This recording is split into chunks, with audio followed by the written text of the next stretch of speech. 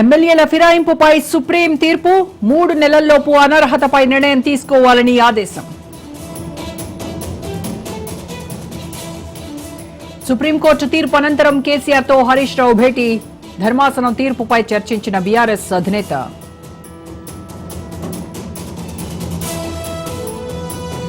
ఏపీలో red book పాలన నడుస్తోంది. వైసీపీ నేతలపై దాడులు పెరిగాయని జగన్ ఫైర్.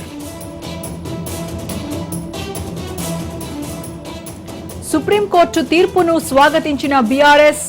ఎన్నికలకు పార్టీ శ్రేణులు సిద్ధంగా ఉండాలన్న కేటీఆర్.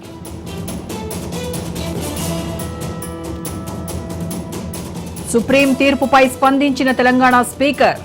న్యాయ నిపుణులను సంప్రదిస్తామన్న గడ్డం ప్రసాద్.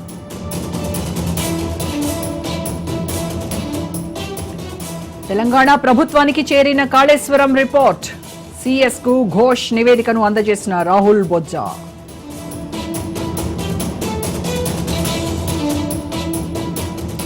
సృష్టి సెంటర్ కేసులో కీలక పరిణామం. నమ్రతను 5 రోజుల కస్టడీకి అనుమతించిన కోర్టు.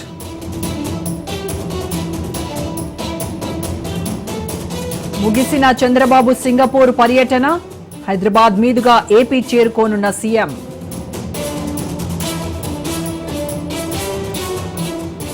గొర్రెల పంపిణీ కేసులో ఈడీ దూకుడు. తలసాని ఓఎస్డీ కళ్యాణ్ను విచారిస్తున్న ఈడీ.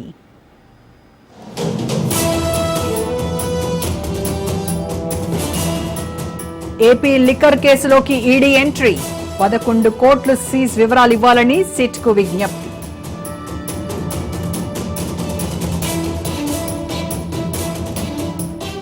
శ్రీశైలం జలాశయానికి భారీగా వరద.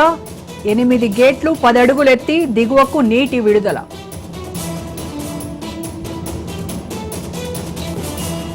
హైదరాబాద్లో ఎట్టకేలకు చిక్కిన చిరుత. మంచిరేవుల్లో బంధించిన ఫారెస్ట్ అధికారులు.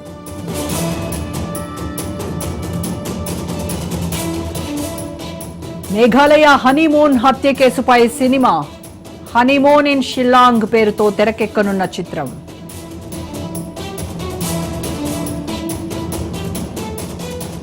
మాలేగావ్ బాంబు పేలుళ్ల కేసులో ఎన్ఐఏ తీర్పు. 7 నిందితులను నిర్దోషులుగా తేల్చిన కోర్టు. ట్రంప్వి అబద్ధాలని మోడీ చెప్పలేకపోతున్నారు. లోక్సభలో రాహుల్ గాంధీ ఘాటు వ్యాఖ్యలు.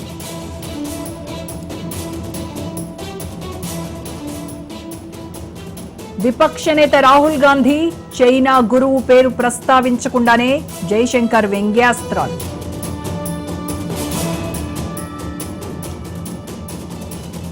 తమిళనాడు బీజేపీ ఉపాధ్యక్షురాలిగా ఖుష్బూ. పార్టీలో చురుగ్గా పనిచేస్తూ పదవి కొట్టేసిన నటి.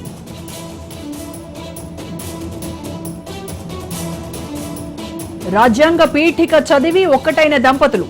కర్ణాటకలోని ఓ వివాహ వేదికపై అరుదైన ఘటన.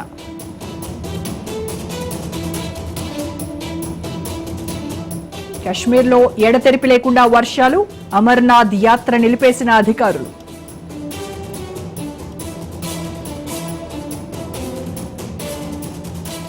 ఏటా ప్రతి ఇంట్లో 55 కేజీల ఆహారం వృధా. ప్రకటించిన కేంద్ర మంత్రి బిఎల్ వర్మ.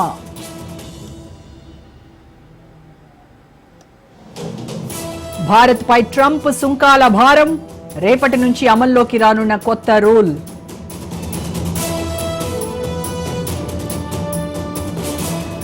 భారత్కు పాక్ చమురు విక్రయించొచ్చు.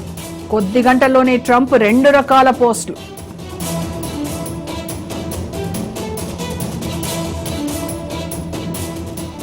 మాపై భారత్ అనవసర ఆరోపణలు చేస్తోంది. పహల్గాం ఘటనపై వాస్తవాలు వక్రీకరించేలా ఉన్నాయన్న పాక్.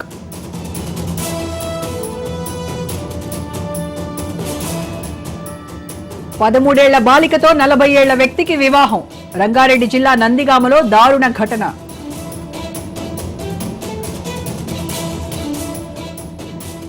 పాలమూరు జడ్చర్లలో దారుణం. 9 ఏళ్ల బాలికపై 5 అత్యాచారం.